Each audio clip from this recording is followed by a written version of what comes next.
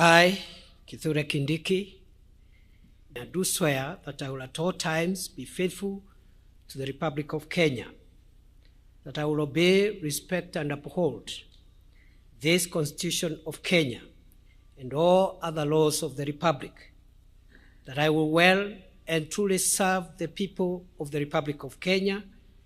that I undertake to hold my office with honor and dignity, that I will be true and faithful counselor to the President for the good management of the public affairs of the Republic of Kenya, that I will not diverge directly or indirectly such matters as shall come to my knowledge in the discharge of my duties and committed to my secrecy, except as may be required for the due discharge of my duties, and that I will perform the functions of my office conscientiously and to the best of my ability. So help me God.